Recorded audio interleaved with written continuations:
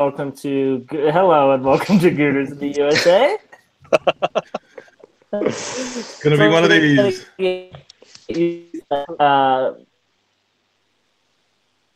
Oh boy, this is a good start.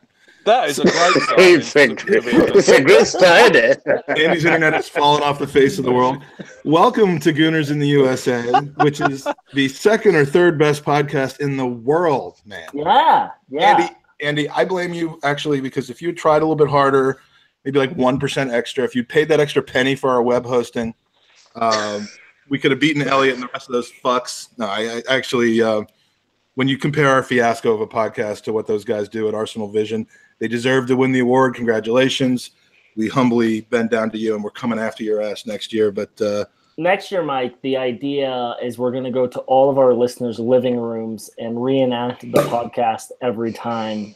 That way, it's a 4D experience. Yeah, we were going to actually, when we back when we had like 10 listeners, we were going to just go around the country to their various homes, and then things kind of blew up on us. And so then did Mike just pop a bottle?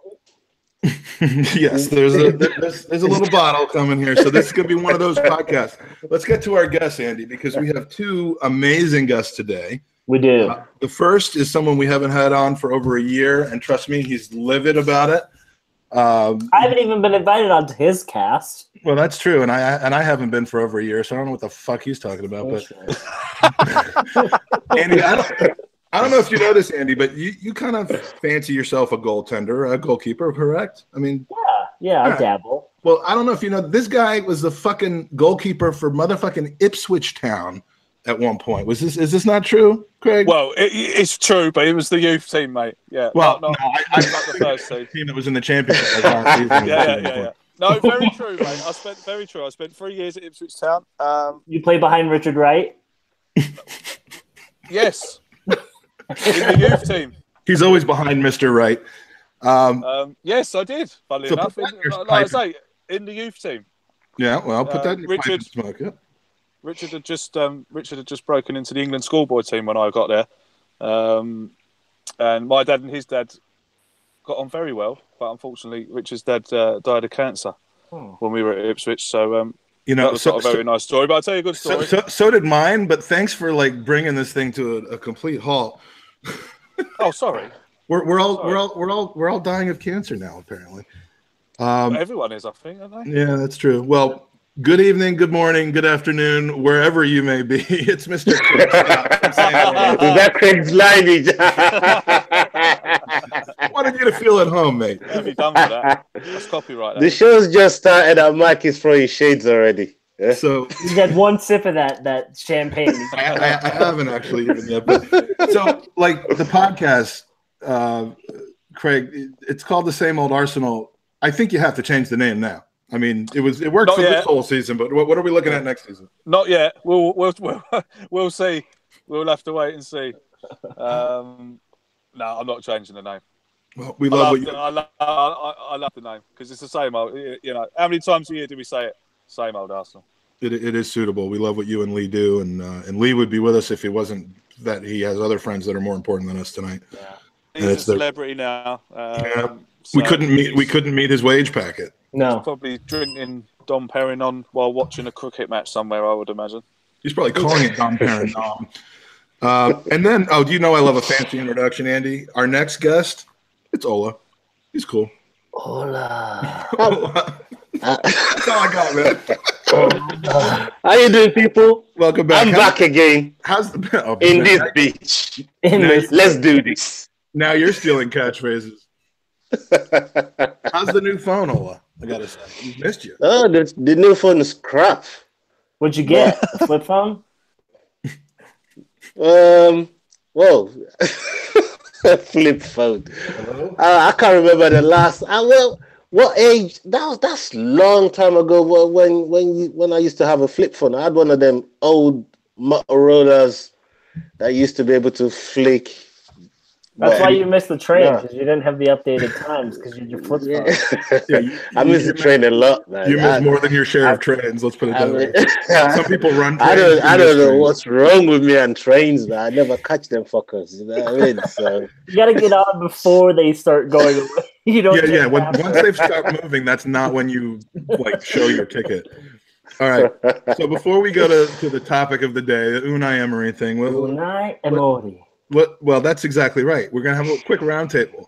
Ola, how do you pronounce our new manager's name?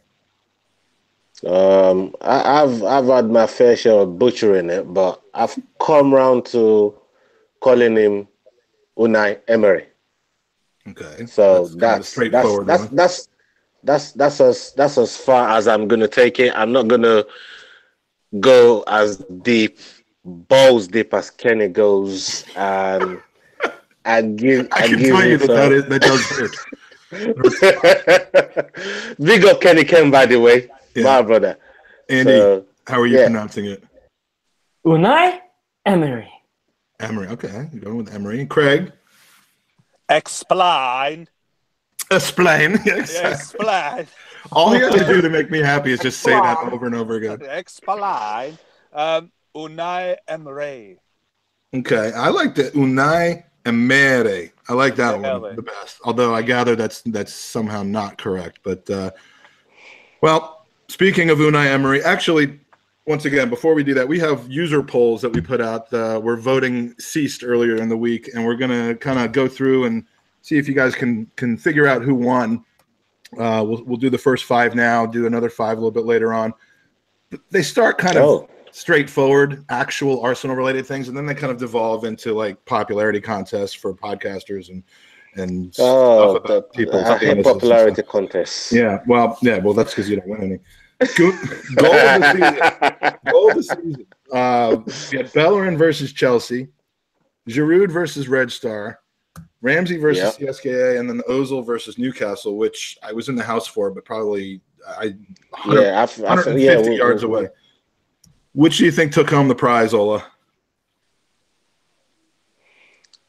Was the question too? Anyone? Who do you think won that? It was a 58% majority picked this goal. I'd say Ramsey. Yeah, I mean, was there a better goal this season than Ramsey's goal? I mean, Ozil's. I love that goal though. That goal was exquisite. The back heel against that was a fact. Ramsey's got the knack to pull out some of these wonder goals every now and again. I mean, I remember the one he scored against Galatasaray. Oh yeah. That was a sublime goal. I mean, it was. He scores goals against like teams from way out places and stuff. I mean, there's that. He's not going to do it against Everton, but he'll do it against fucking Utrecht or some shit like that. All right, and when it does, it takes somebody's life with it as well. Angel of death. That is so. True. That is true. Yeah. Rest in peace. But, died that day. I love that goal. That was a cracking goal. All right. Well, it did win with 58% of the vote. Tied for second with 18% were the Giroud and the Ozil goals. Best moment of the season. We have 41% saying Arsene Wenger announces his departure as the best moment of the season. So take that as you will. That's the winner. 32% picked the tribute and speech that he gave after the final home game against Burnley. So we got 73% of the vote is either saying that the best moment was when he left or the best moment was when he said goodbye. Only 17% said the Czech penalty save versus Watford, which I personally, for me, that was the moment of the season. Yeah, I have to say. I mean, I'd agree with you there. I was 72% said. Yeah. What was the options again? It was Arsene Wenger leaving, Arsene Wenger's tribute and speech. 72% said Arsene Wenger leaving. Well, 72% said one of those two answers, so it had to do with Arsene Wenger. 17 said the Czech penalty save, and only 10% said the dog banner coming down. That was still good. That was still good. I will take that. You'll take because I remember coming on Craig's channel campaigning for the dog banner to come down.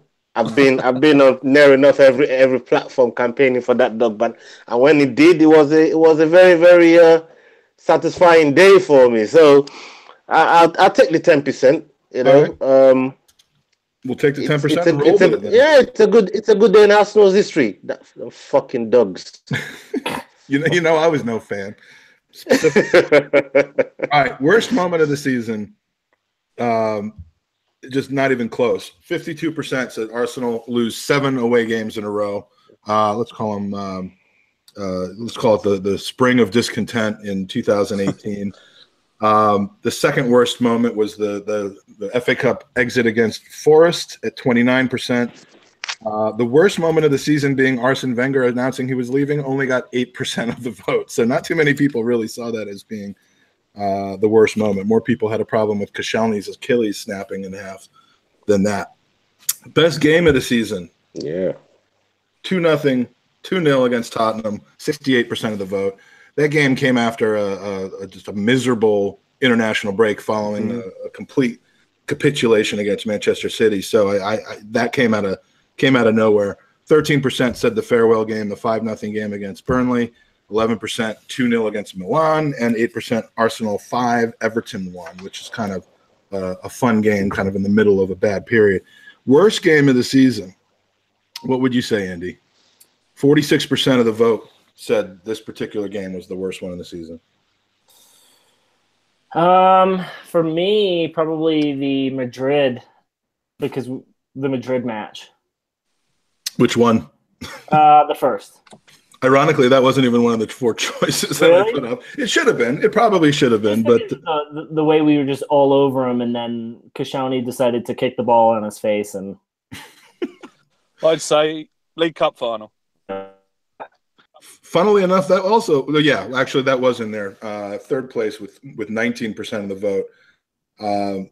The loss against Forest had 28% of the vote. That's a good one. The Watford game, the Cojones game, the first one, got 7% of the vote, but leading with 46% of the vote. Ola, any guesses? It was early in the season.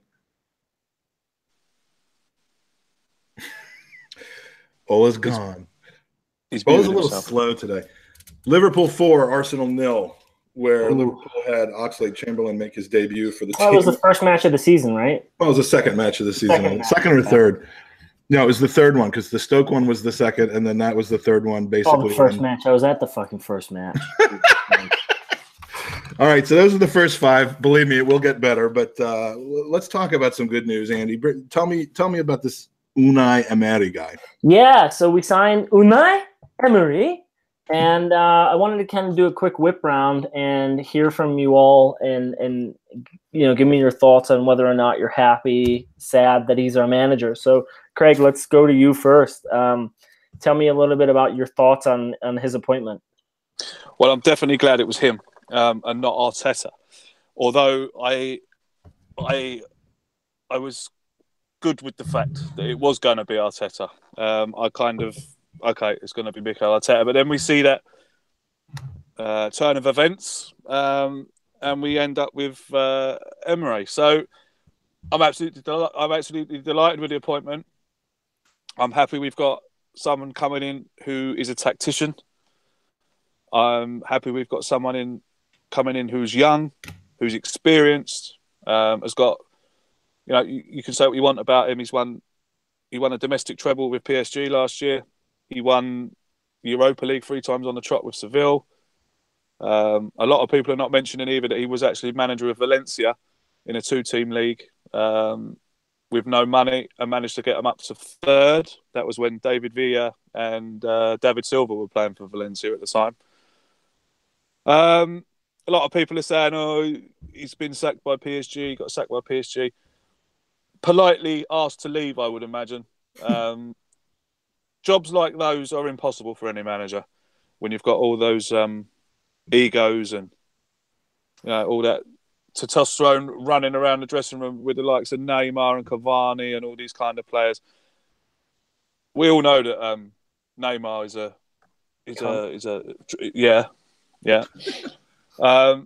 probably the reason why he left, to be honest with you. Probably the reason why he went. But I'm delighted he's at the Arsenal. I don't care. I'm not bothered about what he done at PSG last year. I'm not bothered about the 3 Europa Leagues. He's at the Arsenal now, and that's all that matters. And I'm really, really looking forward to next season. And I'm excited already. I've never felt like this. I've never felt like this for many years supporting Arsenal. I am absolutely mad looking forward to next season. I can't wait. You know, what I really like about the appointment is that he is going to hold players accountable, and he's going to tactically get them ready for each match, which is, you know, what we've talked about so often, that our players haven't been given that coaching. And we keep hearing about who should we sign, what do we need, and a lot of people have been saying we don't know, because we don't know what these players can do with the right coaching. To be honest with you, I don't think we need much. No, I would say. I mean, look, you go through the team. Look at the players we've got. We've got Lacazette and Aubameyang, right? 2 years ago, were the most lethal strike force in Europe. Now they're both at Arsenal. We've got Mesut Ozil, we've got Ramsey, we've got Xhaka, Mkhitaryan. Bellerin. I mean, Bellerin. I'm hoping that Bellerin is going to come on this next season. He's going to have to. The rumours are now that we're going to be signing Lichtsteiner on a free from Juventus. So, yes, he's 35. Yes, I get that. He's coming to the end of his career. But people have got to start looking at the bigger picture. As a very experienced footballer coming to Arsenal in a right-back position, he's going to give Hector Bellerin a run for his money now. The problem with the Arsenal players for so long and too long is that they know that they're going to play next week if they don't perform the week before, because there's no one there to challenge them. Hector Bellerin hasn't got a challenge for a right back position. Why? He don't care, does he? No, he's playing next week. He don't play next week. It was the same when Giroud was in it. It was just Giroud and Walcott. Giroud done nothing because he didn't need to, because he knew he was playing. Ozil's the same. He's going to get a big. Eye opener when there's no Arsene Wenger there anymore to wrap him up in cotton wool, send him off on holiday. Don't bother coming into training today, Mercer. You know, Andy, what did the back of his shirt say when he was training with Germany? That was just an absolute piss take, I think. Something like no days off or something like that. No days off, or the best never rests or something. Oh, that's the best never rests. Yeah, and it was. I mean, he's had more days off than the Queen. Yeah. You know what I mean? Well, and to your point, when you look at the team, like I was going to throw El Nini in that, because he's a good defensive midfielder on the day, and maybe with a little bit of coaching, he turns into a better defensive mid. But when I look at the squad, I just look at you need Caliber to instantly replace him. So I would say a good center back who can walk in and say to the management, I can push Koscielny and Mustafi for a starting spot. I don't think Holding and Chambers are there yet. We'll see what they do with the new management coming in. But a new center back for me is an absolute must. And then probably second to that would be a keeper. But I don't think we're going to go down that route. If we really only have 50 million, which we'll get to in a little bit, can't see that happening. Ola, we were kind of going around giving our thoughts on if we were happy or pissed off with the management choice of Unai. I'll go to Mike next so you can gather your thoughts. But Mike, what are you thinking? You want me to explain why I'm excited? Explain. I mean, just to build off of what Craig said, it's new energy is in this club. I mean, it's palpable. I even read right before we came on, I saw, and who knows whether it's a legit quote or not, but apparently Aubameyang is commenting saying that the last few, that the club was stagnating. Now he's only been here 6 months. So he can't speak to the last 3, 4, 5 years, but he's saying the club was kind of stagnating and that there's a new energy in the club now with the new manager, and that's what I like to hear from these players. There's no disrespect to Arsene Wenger meant by that, but I mean we can debate until the cows come home, which is soon. My cows should be home very soon. Whether Wenger's coaching was still on point, whether his player recruitment was good or bad, whether he's a good man manager. You can debate all that if you want, but I don't think that anybody could possibly say that the last few years there was like anything other than a malaise and let's just try to hope to not lose any more ground to the people around us that there was, and it's like watching a boat kind of slowly sink, and it's over now. It's done. We have a massive amount of new energy in this club with Emery, and we could look back in a few years at this and say, look, this was a mistake. He's the Spanish David Moyes. Didn't work out. He completely struck out with all the things he was trying to do, but we have no control over that. All I know is that like Craig, I'm as excited as I've ever been for an Arsenal season. I'm excited to see what they do over the summer, although I don't feel like the need is there to absolutely go crazy. And these players are going to respond to the guy. I mean, they're not going to be afraid of him. They're not going to be worried about being rubbished in the press like Mourinho. They're just going to respect the fact that the guy's preparing, the guy's making decisions that are for the best, for the best of the team, not just for his specific guys that he likes. And he's got a modern approach to coaching. So, I mean, I couldn't be happier about this. I don't know who could be upset about this unless they're upset that he's just not Arsene Wenger. Ola, what are your thoughts? First of all, I love the appointment. The appointment is fantastic. And you got to think, when his number 2 is dubbed the Rottweiler, he's already 2 of Sanchez's dogs and 1 already. So that's a big tick. Yeah, we don't hate dogs. We don't hate dogs. We love dogs. Exactly, Mike. Tell him, Mike. Bother us. You know what I mean? We don't hate dogs. We're dog lovers. Just not so when with his number 2 bringing, one thing that bothered me about the whole Arteta situation was, how can Steve Bold still being at the club?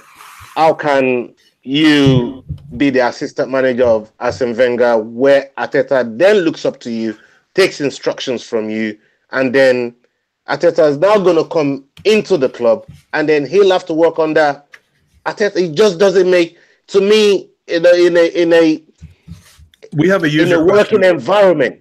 We have a user question about that exact topic about Steve Ball. I've been going on about it for a long time. Like, to me, it didn't add up. And one thing that Gazidis did say, that, it made me laugh when he said it. And when he said, "Those who know don't speak, and those who speak don't know." And for Gazidis, you pulled up with a 50 caliber rifle. Look behind you. Popped a bullet right between the eyes of all them ITKs out there. Ola's got a picture of Ivan Gazidis behind him right now. Right there. Yeah. he's pulled up with a 50 caliber, and he just put a bullet right through the head, because he just said it to everyone. Not even ITKs, but like clickbait journalists too. I mean. Yeah. Basically, you don't know what you're not talking, because we've been on Unai for a long time. It's not just didn't show up. Ola, yeah. Let me get to that because that was going to be my next talking point. So and I'll go straight to you on this. So we were told the new manager couldn't speak English. Obviously, even though it's broken, I thought his English was good enough. And for me personally, to hear him even just go through it, I think he answered all the questions except for one. And the one that he didn't answer, I think they requested he do it in Spanish. We were told that he was hired in a 24-hour window when clearly it was 2 weeks, or so we're being told. I don't see a reason for them to lie. We were told that all the candidates, or the majority of candidates, which was all anymore. The media, I mean, we're seeing this massive block John Cross and now doing the same with Talk Sport. But go there, man. I mean, we hear all this bullshit before, and it's like we don't know who to believe anymore outside of Ornstein. I mean, John Cross for me should be nailed to the fucking cross. Yeah. And former guest of the podcast, thank you for coming on. He should be nailed to the cross. Have you on next week again? For me, I don't know where it's come from. Where they've been. All they've done is try to belittle this guy since it's been announced, and I don't get it. They're saying he didn't do well. Because there was an agenda. He didn't do well with PSG. Yeah, he didn't do well with PSG. I didn't understand it, because everybody's riding on PSG. Everybody's riding on treble. Yeah, this is the thing. Everybody's riding on Pep. Everybody's riding on Pep's dick right now. Yeah, Pep's is probably got half a centimeter of mine, but everybody's riding it. It's a Pep wave. The last 5 years, it's been easy for journalists to get clicks because they can ride that negative Arsenal agenda. They can, Exactly. They know half the fan base is going to be clicked or whatever. Now it's like, well, where do we get our clicks from? Because we've got a club who have now hired a manager that have, and credit to Ivan and the board, he seems to check a lot of the boxes that have been unchecked. Mike, what was your initial impression of his press conference? Well, I woke up on Wednesday with a massive erection, like I always do. But then the press conference, I mean, it's not unusual, but that it was extra large for some particular reason, like maybe like 1.5. But like I knew something was up, and so I roll over and pull my phone out. It's like right under my pillow where it belongs. And I see that the press conference has been happening. It's official because I slept in that morning. I watched it after it was done, so I saw some comments about it before I actually ended up watching because I went back and watched it on repeat. And things just got larger and larger and more engorged. I mean, the guy's English is a joke. I love that he made the effort because I mean, look, I couldn't speak. He did better in press conference in English than I certainly would have done in Spanish. And by a joke, I mean it was amusing. It was funny. I don't mean it was embarrassing. And I love that he made that effort. I mean, it just shows the level of preparation and dedication to achieving a goal as a very first step that I think we're going to see in all areas of his preparation. So, I don't mean to make light of it. I think it's actually a very important sign of what's to come with him that he did that interview in English. My wife walks in the room while I'm listening to this press conference. I'm just pacing around watching my phone, and she's like, "The fuck language is that?" She's like, "I don't understand." Well, she says that when I'm watching your show too, Craig. Did you still have an erection while you was walking around? Yeah. I have not had an erection for many. Great question, years. Craig. Great question. So, what kind of porn is this? The Spanish guy with a microphone and some South African. Oh man! I wanted to ask Andy. Huge. Do you think he looks like he kind of looks like Thor's brother, doesn't he? He has a little bit of Loki about him. There's a little bit of Loki about him, isn't it? Yeah, he does. He does. Nerds. So, Craig, he diverted any comments about specific players, and I want to go to you on this. He was asked specifically about Jack and Ozil since they were both mentioned in the press. Do you think he should have given more information and detail as to his plans with those two, knowing that he obviously came in with a dossier of what his idea for each player was going to be? Or do you think it was smart for him to avoid those questions and wait to speak to them internally? Exactly. Yeah, I think he was quite professional there. Ozil and Jack. I mean, we were talking the other day on the same old Arsenal podcast, and there was 4 of us on it, and we all decided that if we were to sell someone, it would be Mesut Ozil, which I found quite amazing, to be honest. Jack Wilshere, if you want my honest opinion, it cuts me deep to say this, but Jack Wilshere hasn't got an Arsenal future anymore. Andy, let's get the immediate reaction. Andy, I yawned. Let's go to you. Are you devastated? No, I'm gonna let Craig finish. The Jack hate has been heavy, and no, I'm not hating on him. I will say that it's a weird one for me because he has come back and had probably one of the healthiest seasons we've had as an Arsenal player, and so it's a weird one because he didn't play well, but he also hasn't played for a long time. But I want to see him stay at the club under a new manager. I want to see him getting a new deal. I don't want him to be on the wages that a lot of the other players are on. A lot of these players should be pay as you go. Thanks for the memories, but it's time to go. Along with your beard. The only reason I say that Jack has probably come to the end of his Arsenal career is we've got better we've got players that are better than him. Simple, Yeah. Aaron Ramsey is a better player than Jack Wilshere, in my opinion. Oh, absolutely. On the day, can't argue that. Cannot argue that. Jack and Aaron cannot play together. We've seen that.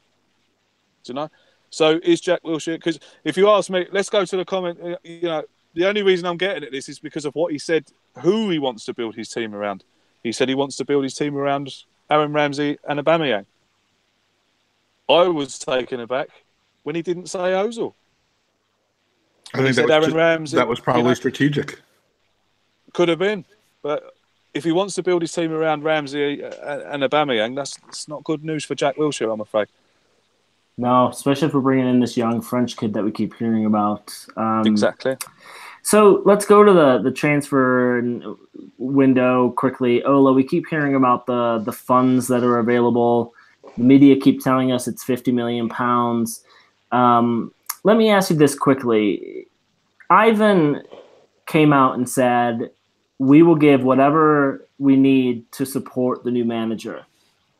He's brought in this amazing backroom staff.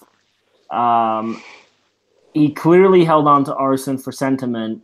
Are you ready to give Ivan the clear and give him a fresh start? Yes, absolutely. I think Ivan deserves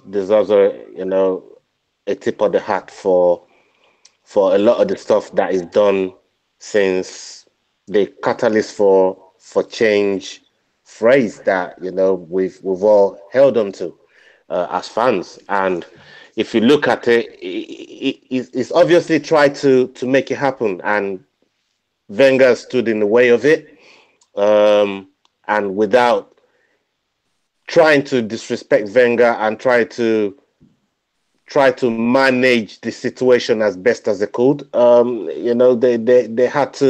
They had to go through this crazy power struggle and do it in the most amicable way. That's not disastrous for the club. That doesn't make the club look less classier than it's supposed to be. So in the end, Ivan won, and we can now see all the changes that he's put in place. He's been putting a structure. He's put the structure in, and Wenger wasn't a big fan of it. If we're to go by what Arteta said, that he wants full control. It obviously, because this is one thing that bothered me with the Arteta thing as well, because I wanted a clean break away from Wenger and Wenger's ways, and I think Arteta is somewhat attached to how Wenger probably does things. I might want to carry on with some of that. And Ivan clearly wasn't having none of it, when he said he wanted full control of the transfers as well, because that's why we brought in Raul Sanelli and Sven Mislintat. So bringing these guys in, Unai definitely knows how to work with people like that within a structure like that. He's been there before. He's worked with small budgets. He's worked with big budgets. He's got a track record of pulling out trophies when he's worked at both extremes of the budgets. So I'm very, very comfortable with him, and I feel that he will be supported with whatever funds it needs to get to where it needs to get to. I don't subscribe to this whole 50 million situation. I'm not buying none of it. I think it's a load of crap. This 50 million situation. Nobody really knows.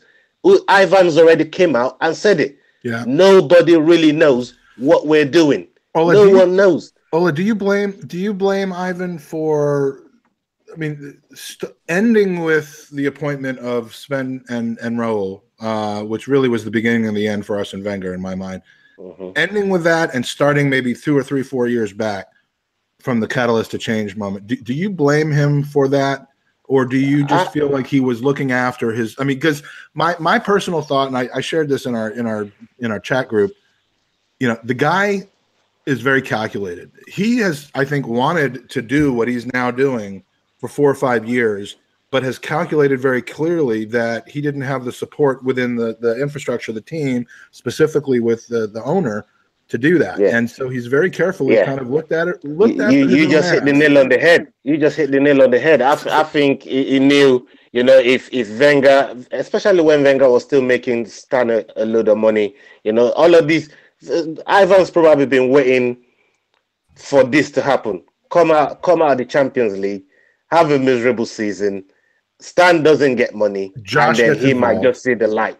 Josh gets involved and kind of make the power play to eventually start nudging him out. And I think had he tried to do this 2 years earlier, he might have got the bullet himself. He would have gotten the bullet himself. He would have been gone, and Wenger would be our manager for another 10 years. And so I find it hard to blame Gazidis. I know our good friend Mr. Judges is not necessarily on the same page as us yet, but I find it hard to blame him because I think it's going to become more and more clear as time goes on that it became apparent last season that Gazidis wanted him out. They did the power struggle thing with the board. Half of the board wanted him out. Wenger had to go around the back after he'd won the FA Cup, beating Chelsea, to stand to get the nod, to get extension of the contract. Otherwise, I don't even think Wenger would have been there last season if it was down to Gazidis. I think it's obvious now, Craig, but I think once we start seeing the transfer policy and the some of the other things actually bear out, it will be beyond obvious. It is so obvious now, at this moment in time, right now. It is so obvious that Arsene Wenger was the problem all along. Arsene Wenger's gone. We've just employed... Now, all right, I know that the two boys... I'm talking about transfer policy and fiscal policy, not necessarily the... transfer policy. Management. Oh, sorry. Yeah. It's Arsene Wenger. Yeah. Look what he did to us with Suarez. We could have had Luis Suarez at Arsenal. And Cristiano Ronaldo. And he done the same, but he done the same with Xabi Alonso as well. We could have had Mbappe when he was 4 years old. He done the same with Alonso. Yeah, definitely. That he done with Suarez. We could have had Xabi Alonso playing for us. We could have had Suarez playing for us. Instead of they offered what, 35 million. Then they found out that the release clause was 40 million, and then he went back with this 40 million and £1 to activate the release clause, which is absolutely embarrassing. Why didn't he just go back in and say, right, here's 50, take it or leave it? That's not Arsene Wenger. If we had offered them 50 million, exactly. That's what I'm saying. Yeah. If we'd have gone back to Liverpool and said 50 million, who knows what might be now? I'm telling you now, they would have sold us Suarez for 50 million. No problem. This is part of the control that is being touted that Arteta wanted. There's no way we were going to get a clean break from Arsene Wenger if Arteta had come in. And I'd already the board probably said to Wenger with Suarez, I'll give you the 50 million. And Wenger's no, he's not worth 50 million. Yeah, I believe that. And I'm not saying that we're going to turn into Manchester United now and just start throwing cash around now he's gone. But I do think that there is a difference between the Arsenal way of transfers and payment structure and breaking the wage structure and all that. But it's always been the same. It's always been the same. Go back to the hybrid days. Look at when we signed Henry, £7 million, relatively unknown. Mm-hmm. But we can have success under that model without it being completely constrained by somebody who's. But again, look who Anelka. Look at Anelka. Look at Gian Antonio Reyes. But those not David Payne signings? Could be. They could be. But Mike, we still have to remember it's always been the way. The landscape of the game is changed so much as well. The landscape of the game is so different right now that we can't keep thinking about we're going to do transfers the Arsenal way anymore, because there's a lot of middle ground for the Arsenal way to be somewhere in between the Wenger way and the Manchester United way. I think there's a very happy area somewhere in the middle of that where we can reside and become competitive with good managing. And But and, look- I, and I think that's where we're Absolutely, headed. mate. Spot on. But look at our last. Yeah, we could go and do the Manchester United way. We could go and throw all the money at it. Now, I wanna do Jose Mourinho took over Manchester United, 2 years ago? Or last year? He spent £350 million, okay, and knocked out the Champions League by Seville and finished runners-up in the league. As soon as a day after the season's over, he's talking about he wants another £250 million to make them good again, which is what he said when he got the £350 million. I'm going to make Manchester United great with £350 million. Now he wants another £250 million. Yeah, no, he's a Let's make United great again. I pride myself. I'm actually very proud of the way Arsenal. Although I've been screaming out for transfers and I've been screaming for money to be spent, I'm actually quite proud about how the way we run our club and about how it's nearly self-sufficient and we make the most money on a match day, this, that and the other. I don't know, people are going to be saying to me, what, they've ripped us off and this, that and the other. I'm a believer that things happen for a reason, and I believe that the last 10 years of Arsene Wenger has happened for a reason. The footballing gods cannot, in my opinion, shit on us any more than they have already. This is a new era at Arsenal Football Club. This is a new era at Arsenal Football Club. I just want everybody to grasp it, support the players, support the manager. Stop thinking that we're going to win the league in the first year. I hope we do, but let's get real. We're not going to go and win the treble. Just give the man a chance. It's going to be a bit like Klopp. When Klopp came into Liverpool, it took him a year. Do a bit of shaking around, do a bit of selling, do a bit of buying, and in his second year, he's absolutely smashed it. Champions League final tomorrow. All right, fourth place finish in the league.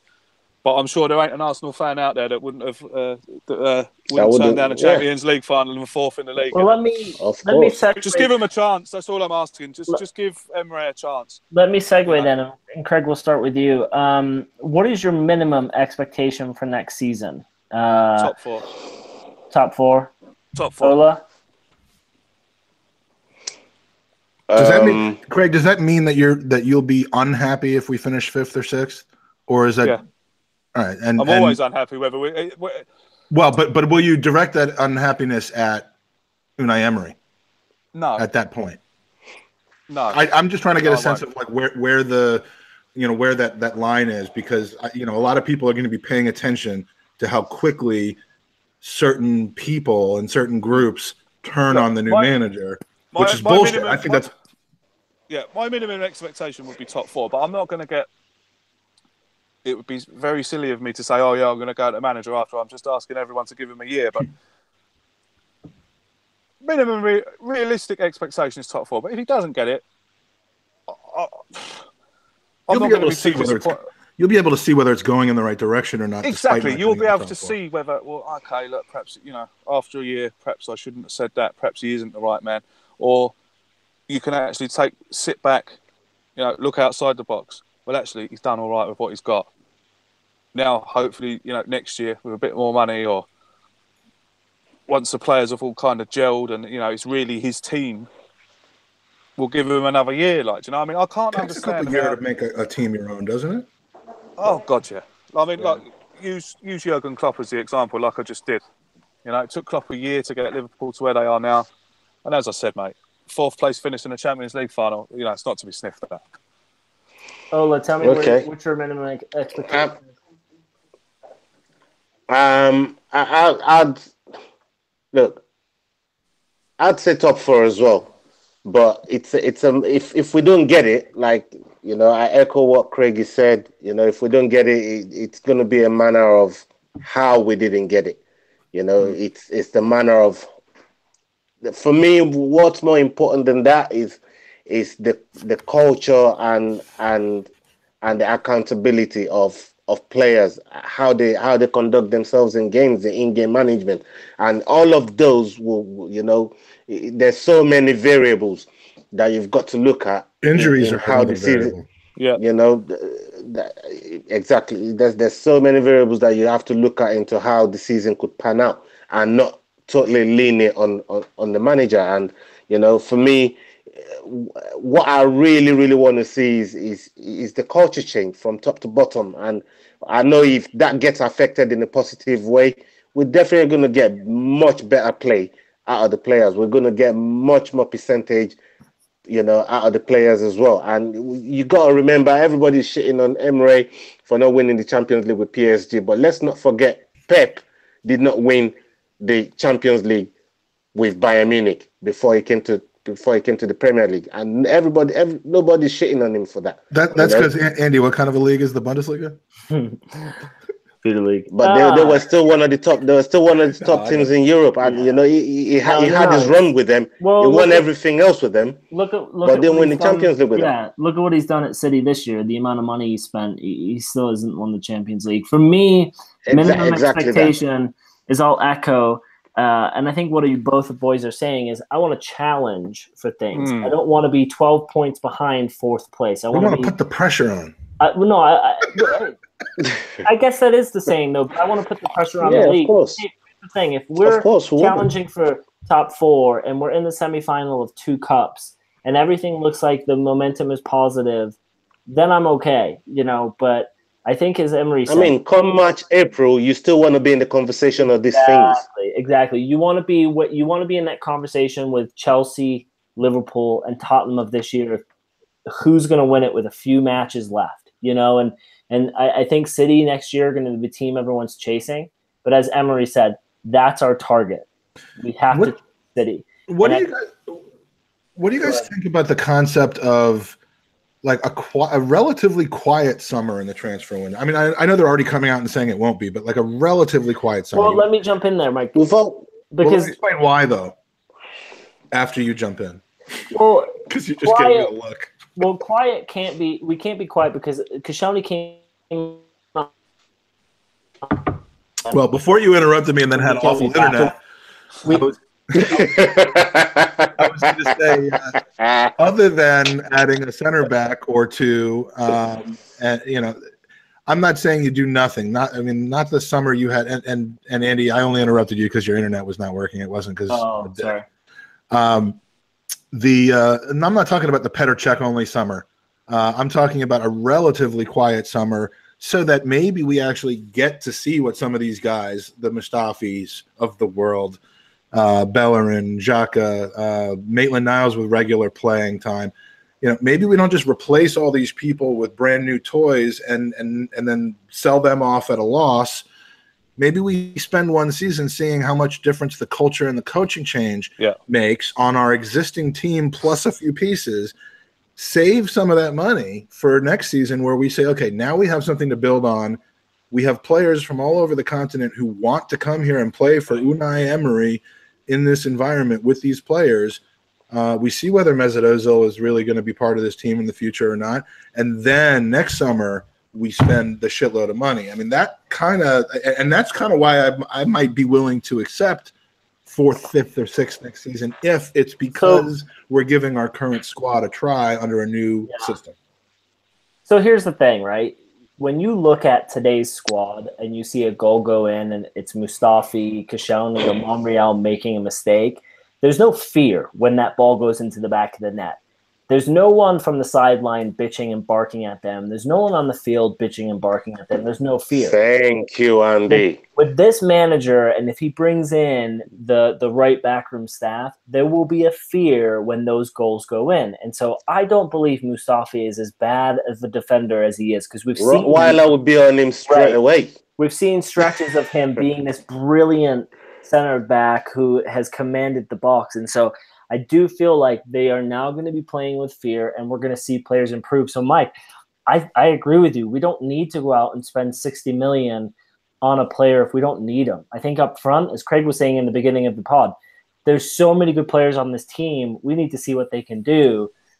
But I would like to bring in a worldie at the back just to come in and be that person. But I don't think the players... One solid center back, maybe a goalkeeper. And I don't even. I mean, I'd love to have a Verratti or world. I'd love to have a world-class defensive midfielder. But I mean, God forbid we give Maitland-Niles the keys to the car for a year and see how it works out. How do we know that he's not an Ndidi type of. Will we win the league with him in his in his first year? No, but we're not going to win the league anyway next season. So let's see where we really are. Yeah, I agree. I completely agree. We might be in the running to win the Europa League. I'd take that. I would have taken that this season. Yeah, I mean that would be for next season. That would be a success for me if he's able to pull that off. Yeah, I just want to be in the conversation. That's all I want to be. Like this year in the Europa League was so much fun because we were in the conversation. We were getting those nerves going into matches.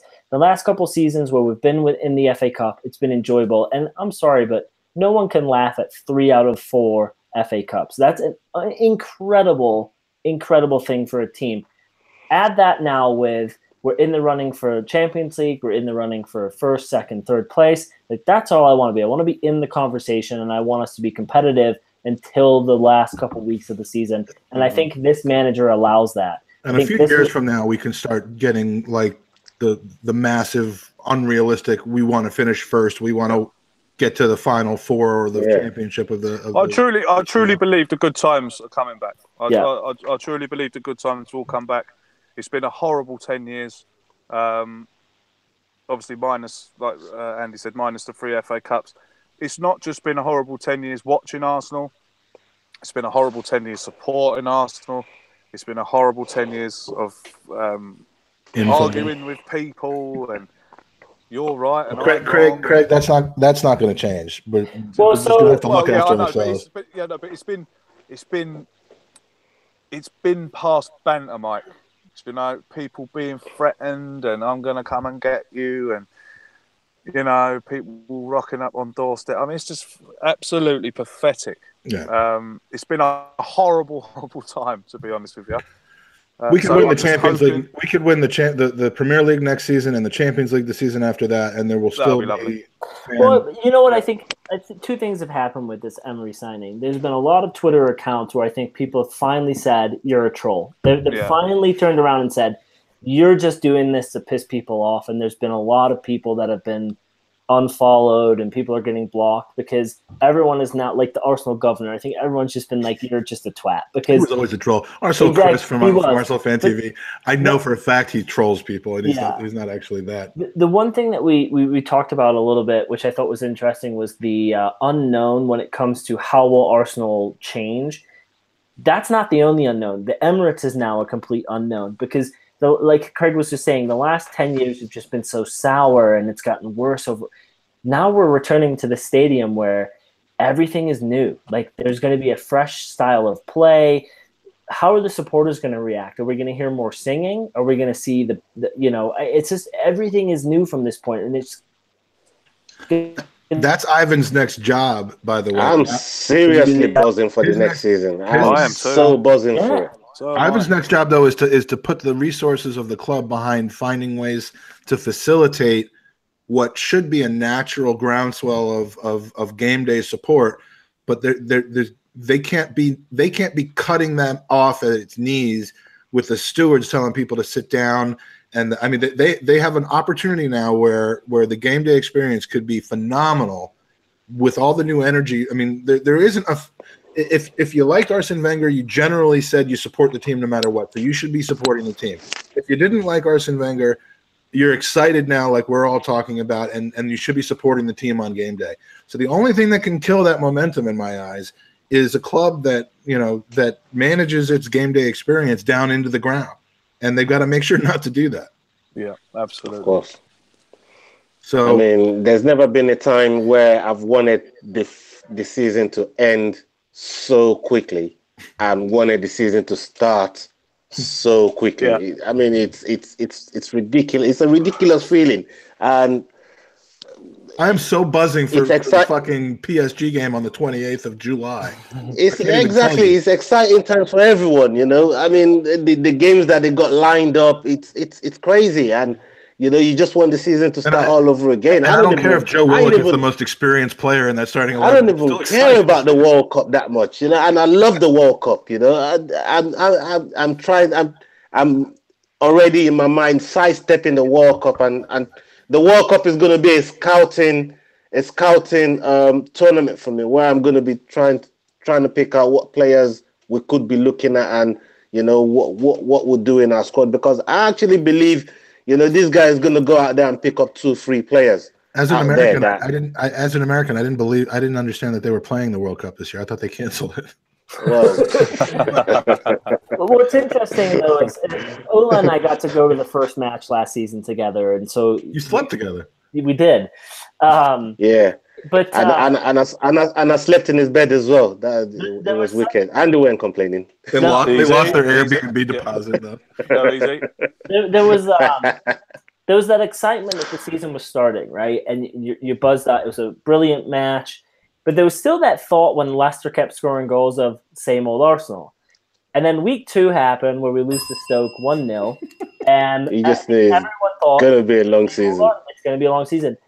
Next season we go in and let's say we win the opening match. Let's say we lose the opening match. We're still going to be buzzing because it's still new. And we get the excuse of new manager, new system. And I think that's going to last. Absolutely. But I don't think our team is too good to not be in the running next season, to not be going forward. So there have to be some absolute just massive injury / dressing room upheaval. Something that no one will see coming to prevent us from not improving on what we did last season. And for the last 4 or 5 matches of the season, we got to see Aubameyang and Lacazette played together, and they were both fucking incredible. And imagine what's going to happen when they have a new fire lit beneath them. They've got a supporting staff who know where to run. They know what to do. And Emery, if the rumors are true, he's going to say to each of those players, when he is here, I want you here. And when those players are here, you need to be here. And these guys are going to follow that. And it can't be any worse. It can't be. How great is it that neither of them are going to the World Cup either? It's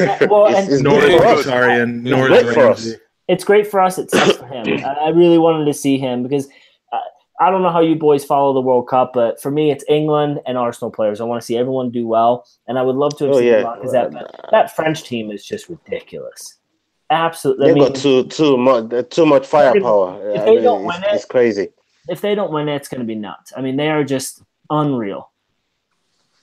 Speaking of unreal. Oh, Craig, go ahead. You're talking about France. Yeah.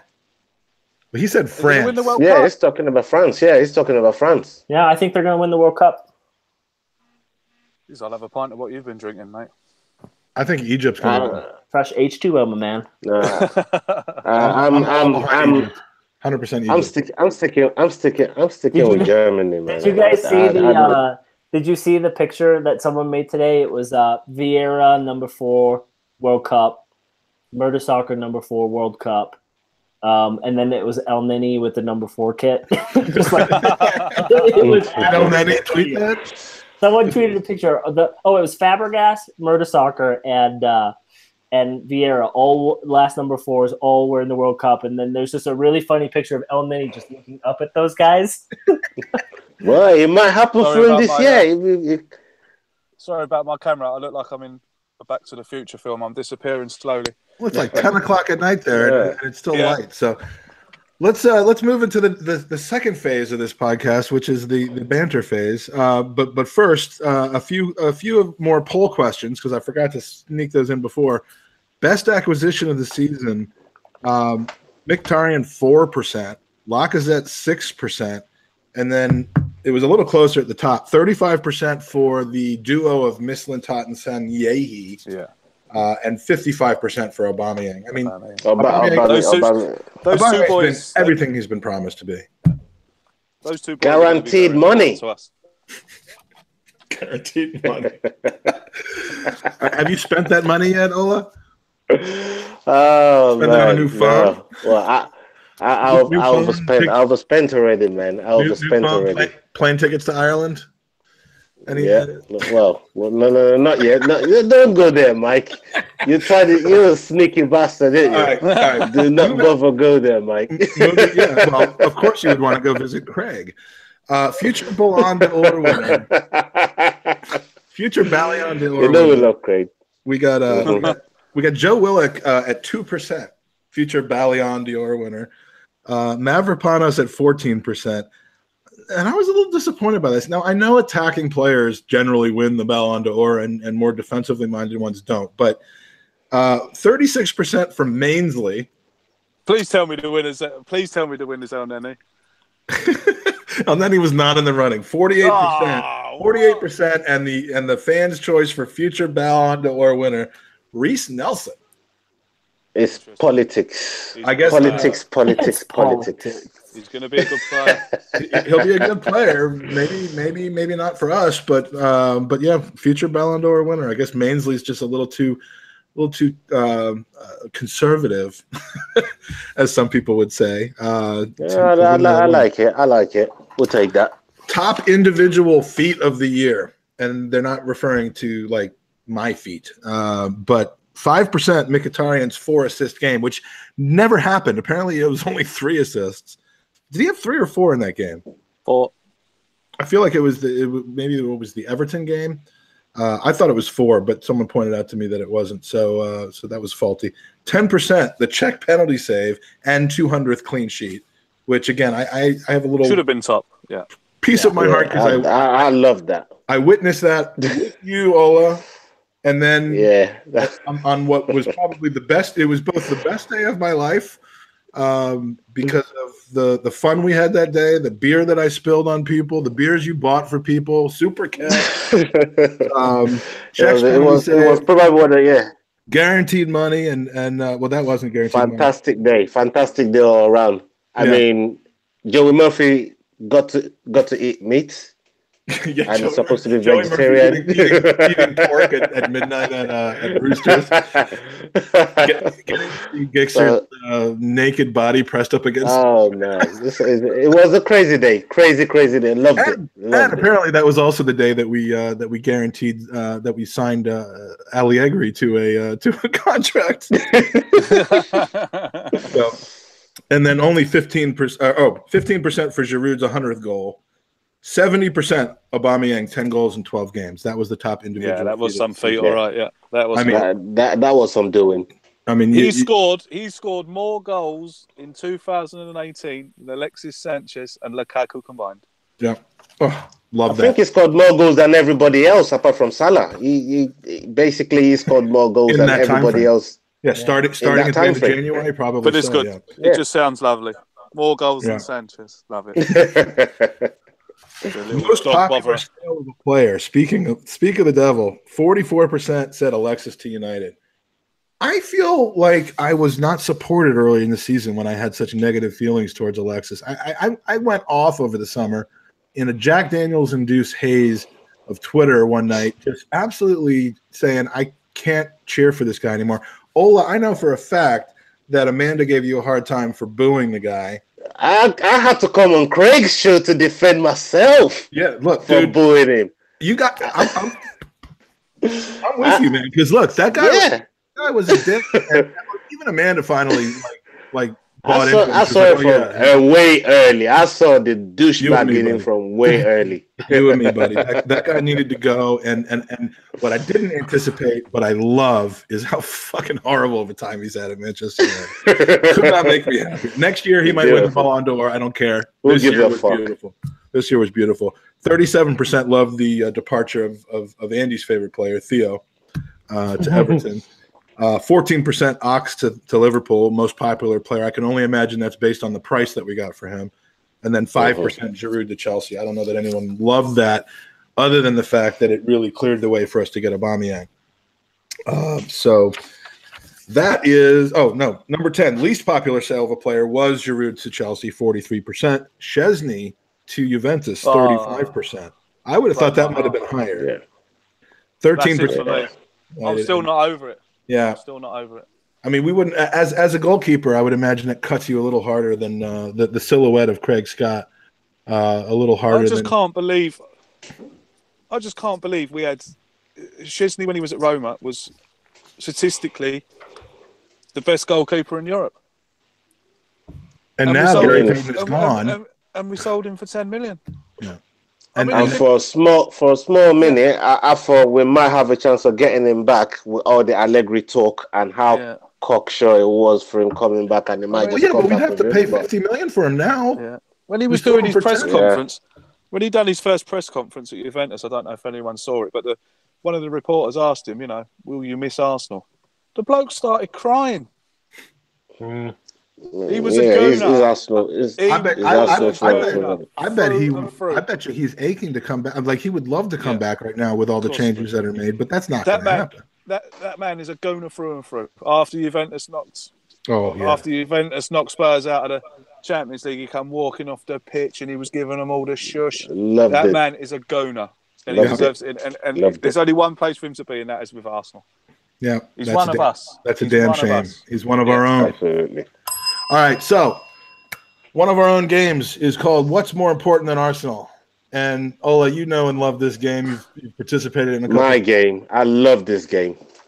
Craig, I was still trying to say to Ian about my past accomplishments in the laboratory, saving you from blue balls. Exactly. This is Craig's virgin appearance on What's More Important Than Arsenal. You're all right there, Andy. But we want to send special thanks. About a day or two before these podcasts, I send out an SOS in a different chat group where our friends Justin Trujillo, who is the Mexican who hates Spaniards, and Andy, how's he feeling about Unai Emery, by the way, these days? I don't think he's happy about it, Mike. the hate runs that deep. And also the one and only Joey Murphy, who always comes up with one good one. So we've got 3 different scenarios. And Craig, the goal of the game is to basically determine whether you would participate in the Arsenal-based element or whether you would go the other way, because we want to know what exactly is more, if anything, is more important than the Arsenal to you. Okay? Okay. So, first one, you've been given the opportunity to ride on the first mission to Mars aboard SpaceX. The problem is, of course, that it coincides with the last 2 months of the 18-19 season, and Arsenal's in second place, just 2 points off the leaders. And if you go to Mars, you're going to be world famous, but there's going to be no satellite TV in space. Do you go to Mars, or do you stick around and head to the Emirates to watch the rest of the games? Simple. Andy, you're first. We'll get to you. Simple. I mean, we're scraping the bottom of the barrel here. We've done like 12 of these questions, and the first few were good. Although I will give Justin some creative props. Yeah, I don't want to go to Mars, so I'm going to the Emirates. I like the question. This just reveals that Justin doesn't want to be on Earth anymore, I think. I tried to send one of these to Mike yesterday, and he just fucking shit on me. Yeah, because you said something about like there wasn't even a choice. It was just like you wake up bleeding and Arsenal's on. There was no scenario. It was just a horrible morning. Yeah, terrible day. All right, so I'm sorry. Did we get an answer? No, I'm going to the Emirates. Okay, you're going to the Emirates, not to Mars. All right, Ola, are you? How many tits does the girls up there in Mars have? I've seen that movie with Arnold. Did you just really say that? Because I was holding this back, but the second part of his comment, Justin's comment, and Andy, you can verify this. He said, keep in mind you'd weigh significantly less on Mars, plus you might get to see a 3-boobed prostitute. That's what I'm talking about. Now we're talking. I swear to God, I almost forgot to put that in there. And Ola, of course, picks up on it. All right, so with that in mind. With that in mind, yeah, I think I'll take a trip to Mars. I've always wanted to see a 3-titty prostitute up there. So you just want to see her, right? It's not just say I want to juggle it. There's 3 of them. Maybe you know what I mean. I might get to. All right. I get a chance to juggle it. So yeah, I'll be taking a trip to Mars. Sorry. Over the years, you've refused to cure cancer. You've left your nan on the side of the road so that you can. You're going to Mars to juggle 3 tits. Okay, Craig. It's easy, mate. I'd be going to the Emirates, and Ola has obviously been looking in the wrong place because I've been in London And I've seen plenty of women who look like they've got 3 tits. I've seen plenty of men who look like they have. Yeah. That's just when I'm looking at. Oh God! So if it's just to go to Master Suit now, I've seen plenty of women with 3 tits. I don't just want to say I want to juggle it. I might want to suckle on it. I don't know. All right. I might want to do a Lacazette. I might want to do a Lacazette on it. This is a family show. We only listen. We only have. Oh, please give me a break. This is a fucking family show. All right. Yeah, I'm going to the Emirates, not because I'm a huge Arsenal supporter and it's like a thing, but I mean, no spaceship is going to be able to get off the ground with me in it. So I don't want to tempt the accident that's going to happen and die. So that's not going to happen. All right. So number 1 makes Ola look like the asshole. Number 2.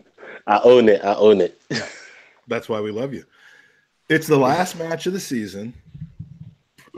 Excuse me. It's the last match of the season. So have a chance for a top 4 finish with the win. Of course, the game's against Spurs at the Emirates.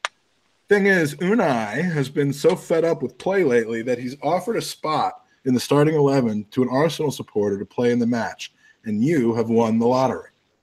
If you don't play, then he'll go with the full squad. So do you play and cost the team a spot in the Champions League and have every fan hate you, or do you live your dream and hopefully kick Harry Kane in the balls? Craig, I'm going to go to you first with that one. Oh, I take the risk. I live my dream and kick Harry Kane in the balls. Without doubt. Nice. Without doubt. This isn't necessarily like what's more important than Arsenal. This is more like what's more important than your own selfish desires. Oh, absolutely. I mean, look, they might hate me. They might hate me for costing me They'll never take that away for from costing a Champions League place. But they love me if I 2-footed Kane in the nuts. That's true. That is true. You got a chance to redeem yourself. Yeah. Ola, what are you doing? You playing or you? Yeah, definitely. And any chance to 2-foot Kane in the mouth, in the nuts, in the ankle, in the ass. His third two. Anyway, I might even want to 3-foot him with my third leg.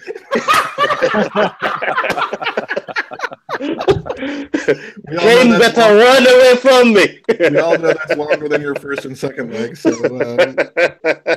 Harry Kane might smack some English speaking into him. Andy, yeah, you playing in the match or not? And you don't get to play goalkeeper. You don't get to be the goal. I'm a little upset with the wording of this one, Mike, because I don't know if Pick it up with your boy Justin that made it sound as though you're going to hurt the team. Let me tell you the last 2 soccer games I've played with Justin. Okay, he with the clock running down kicked the ball off of the defender that went into the back of our net. We lost 5-4. And just this week at training with our girls, he yelled, "Next goal wins," and then he literally by accident kicked the ball into his own net. So the team I was on won. So yeah, I read the question word for word, other than emphasizing that the game was against Spurs, because I noticed he talked about kicking Harry Kane in the balls. So I'm playing in the match, and I'm probably scoring the winner, and then I'm going to run over and kick Kane in the balls. I thought you were going to kick Justin in the ball. And then I'll kick Justin. Despite what anyone might believe, I actually played indoor football for a few years when my kids were younger, and about 10 years ago, 7 stone ago, I wasn't even a bad poacher. I got many, many goals. But right now, 2 minutes into the game, I'm gasping and faking leg injuries, and I'm having them put that oxygen thing over my face that normally like calms you down when your bone is sticking out of your leg, and all the players are like frantically going like this to the sideline and shit, and I'm just because I'm tired. So I don't need that in my life. I've had my day. If you have If we have to pick some unskilled novice to live out his dream by playing on the pitch for Arsenal, I'd rather have them just go ahead and select Alex Iwobi. That's deep. That's deep. But go on. I'll give my spot. Mike, he's rubbish. I don't mean to open up a I'm whole not lot of having that. conversation. No. It was just I'm not having that. I love you. I love you, Ola, and all of our other Nigerian. I get close to the microphone when I'm saying something. We'll see in the World Cup, yeah? We'll see who gets further in the World Cup. Ireland or Nigeria. You've won that already because Ireland did. But Alex Iwobi is an absolute mystery how he is a professional footballer. Well, under Wenger is like you said it earlier on. We'll see what everybody is like under Unai, and then we judge from there. According to Kenny, you're the wrong tribe. Is that true? Is that what we heard? You didn't have your phone for that conversation. So, Andy and I will catch you up on that later. So, all right, enough about that. We love everyone. Third one, you're being blackmailed by a person who has video proof of you cheating on your significant other. They want your ticket conveniently for the Champions League final that Arsenal is about to play in, and they will exchange the evidence that they're holding for your ticket. I'm doing the Kevin Hart. The Kevin Hart. The key is that you won't even be able to watch the game because you have to drive 2.5 hours. I don't know, like 2.5 hours. So the person is probably in. No, Birmingham's too close. Newcastle's too far. Well, wherever it is, you have to drive 2.5 hours to obtain the evidence before it's sent. So you're going to miss the game in person. You're going to miss the game on TV, but you're going to save your relationship. What do, Ola? This one was Joey Murphy, by the way. I love this. Joey, what kind of question is this, man? This is a stupid question. This is stupid. This question's bullshit. I'm confused by it. So wait, you're gonna get blackmailed, but you can't go to the final anyway? No. You're gonna get blackmailed. If you go to the final, the dude's gonna release the footage that he has of you cheating on your significant other. If you give the guy your ticket to the final and suspend belief to the fact that you're not able to watch or go to the final, but you'll have the evidence in your hand to prevent it from getting out. What do you do? No, fuck the evidence, man. I'm going to the game, man. Same here. I'm going Champions League. I'd explain later. We'll talk about this later. Yeah, we'll talk about this later. Exactly. We'll talk about this later, man. I'm just at the match, love. We'll talk about it when I get home. All right. Yeah.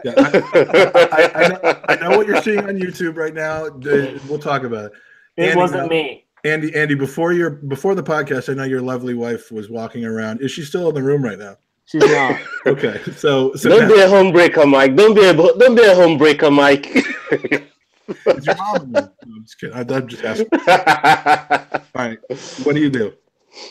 Oh, I go to the game. You have a 1-year-old child. So? Are you ready to give all that up?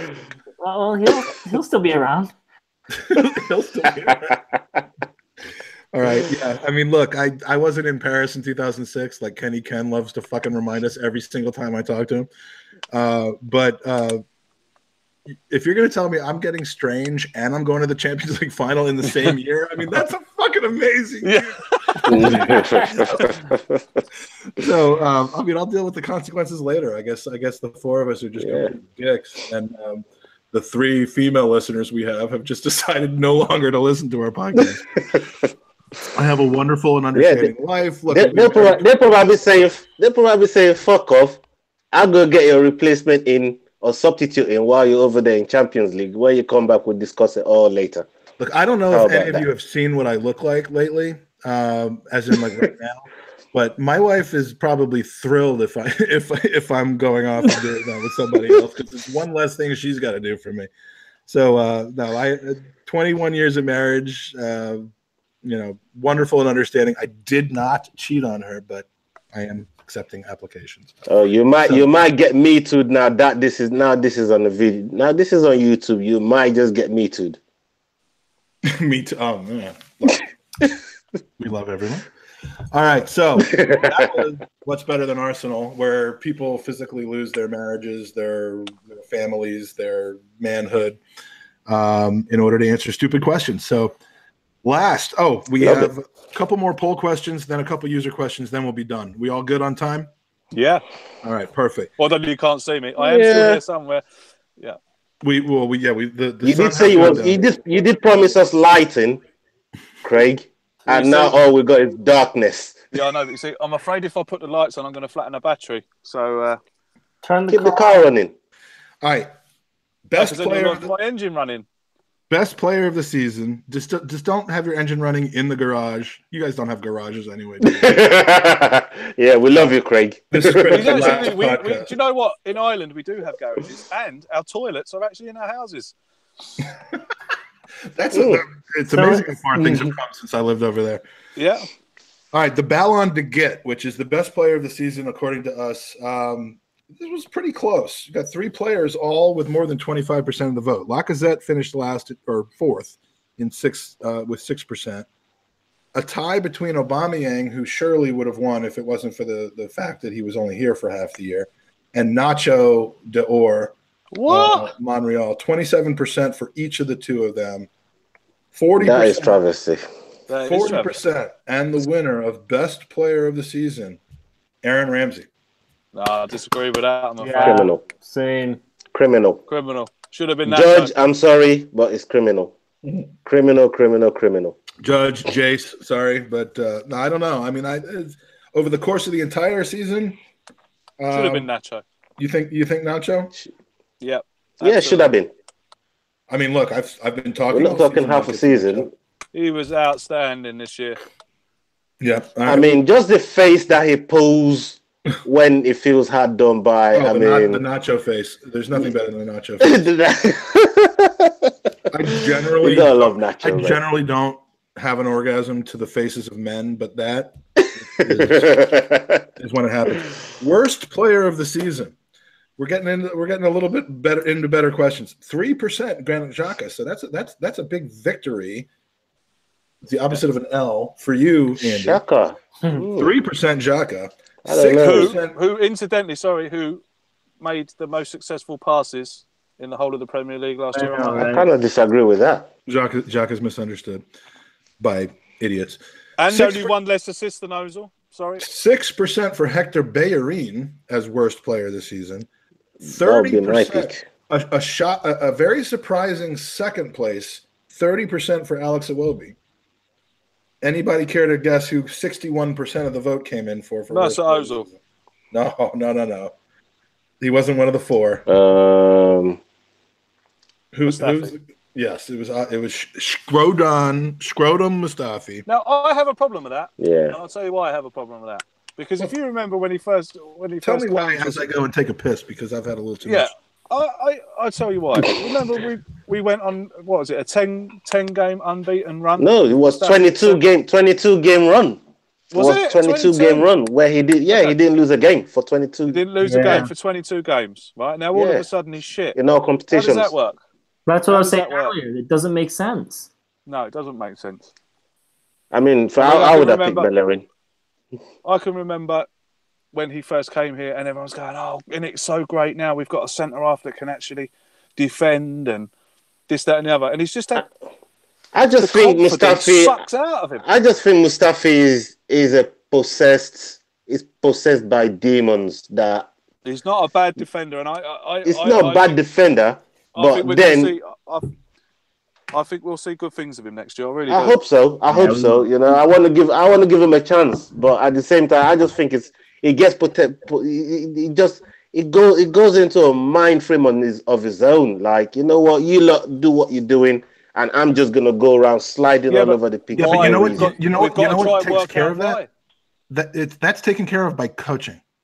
Yes, and he hasn't had it. I was just said when you went off to the toilet. There was a 22 game unbeaten run with Mustafi in defence. That was before he got Wengered. Exactly. So we have to see. Yeah, you're right there, Mike. You're right. Next Arsenal captain. 4 choices. 4th place, 10%, Jack Wilshere. Sorry, Jack. 11%, someone else. Someone else. Mostly people that we don't have on the squad yet. 21%. And I think what at the beginning of the season would have been Andy's choice, Granit Xhaka, at 21%, and 58%, Aaron Ramsey. At this point, other than the injury concerns, I have no problem with that. No, not me either. Great choice. I mean, look, you can't have your captain start any less games than we have over the last 5 years. Do we think now we got Unai, the curse of the armband is going to be lifted? I hope Yes. so.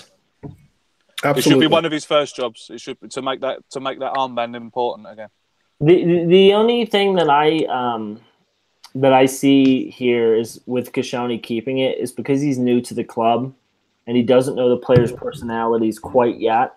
How could he keep it? He's not even going to be available. No, but I'm saying I could see it rotating around. Now, the thing is, though, is with the BFG being backroom staff, Bold maintaining the staff, I could see him utilizing those individuals to say who is the leader on this team. But I think it stays with Koscielny at least this season. I really do. Yeah, that. Oh, I don't know. Well, He's got to pick someone who's again. I want to see something that takes us away, that gives us a clean break from everything to do with Wenger. I mean, and give it to Joe how, Willock. you know, I just want to see a clean break from it. And, you know, keeping Koscielny as the captain would say to me that already he's not assertive in what he wants to do. Keep in mind, Koscielny was only the vice captain. He was never the captain. He was the regular on pitch actually, captain. you're right. So you're right. It isn't even about keeping him on. It's just it's whether we allow him to just take the natural progression of rising to the captaincy. And you know, this discussion might have been a little more difficult had he not snapped his Achilles in half. But he's not going to be around. Koscielny for me has never been a worthy captain. I agree. Never been a leader on the pitch. It was about how long he had been here and what he had been through more than it was about his leadership. He's the most senior player in the squad. Give it to him. Do you know? It's ridiculous. And hopefully now with Emery here, he will change it and he will look to give it to someone else. And I can't see any better candidate. I've got to agree with Andy, actually, that Granit Xhaka would be a close second. But Aaron Ramsey, for me, has got to be captain of Arsenal, match day 1 kickoff. And make your vice captains Xhaka and... You need players who are going to play, and I agree with that. Ramsey, when he's healthy, he is a leader. He makes things happen. He's led the Welsh team at a young age. If he's not playing, Xhaka is usually going to be in that squad. There's nothing wrong with having 2 vice captains. You know, you've got Xhaka first and then maybe a second. But for me, it's got to be someone who's going to play every match and who's going to lead this team and someone who's worn the armband before. You've been pounded on Xhaka's captaincy of he's Switzerland. He's been a captain at every club he's played for so far. I just said completely wrong. Mustafi was the captain for Valencia. Okay. Thank you for that. just spread his name in the hat. This information brought to you by Ola. Let's move on. Duration of the next manager's reign. Now, this poll was sent out prior to the hire of Unai Emery. 9% more than 5 seasons, 12% 1 season or less, 18% 4 to 5 seasons, and the winner, which I figured would be because this is kind of the safe answer, 61% said 2 to 3 seasons. Yeah. However, since this hire, I'm going 15 seasons. 15 minimum. No? Okay. You want him in charge for 15? Why not? No, I don't. Can't get any worse. It can't get any worse. Yeah. No, but can't be any worse than the last 10 years. Well, yeah, it could be, I suppose. I say 5 to 7, and here's why. He's going to go 2 seasons getting us ready, 4 Champions Leagues in a row. The money coming from 4 Champions League wins in a row. You mean, right? Obviously. Real's just going to offer him too much money to go back to Spain. You heard it here first. All right, the opposing... Put money on it, Ola. It's guaranteed. Guaranteed money. I love Joey so much. Opposing player you'd most like to bring to Arsenal and play every week over the current player in their position. 13% Virgil van Dijk. Surprisingly, only 13%. 18% De Bruyne. 33% Mo Salah. This is probably the closest poll we had.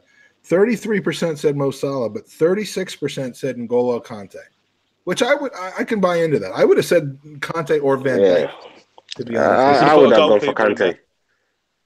I definitely would have gone Kante. Yeah, I suppose if I had put De Gea on there or Oblak on there, then perhaps. But I was looking specifically for Premier League players, and thinking in terms of the attacking play. I mean, who wouldn't want Mo Salah in his current form on your squad? But are you going to then bench Aubameyang for him? No. No. So maybe the Kante thing or Van Dijk would have been valuable. We've seen Salah do it once like this, but we've seen Kante do it 3 times. Right. Winning the league twice. So I think that's a solid. I was surprised Van Dijk only got 13, but I mean, I couldn't really think of a better center back, than Van Dijk. Maybe there is one, but just look at Kante. Every season he's been at Chelsea is won something. Yeah, he's been at Leicester. He's won something. One season that got him to Chelsea turned out not to be a one-hit wonder. He is what he is. He's won something everywhere he's been, and you can add him to the list of the Suarez's and the other people that we could have gotten. Oh, you're gonna make me cry. Right? Jesus, I mean, the list we were talking about before of people that if we had just manned up and bought them. Well, he did sign Xhaka instead of him. So that's a show of ambition, isn't it? All right, so user questions. We have 5 final user questions for the season, and we just want to send out thank you. We love our users. We got regular questions. We got people sending in questions for the first time. It's my favorite part of the podcast because it just shows the interaction that we have with our users, and we love it. So I hope next year we're flooded with questions to the point where we have to make difficult choices. And thank you very much, users. I might keep saying next year when May. Yeah, next year. Your next year is in August.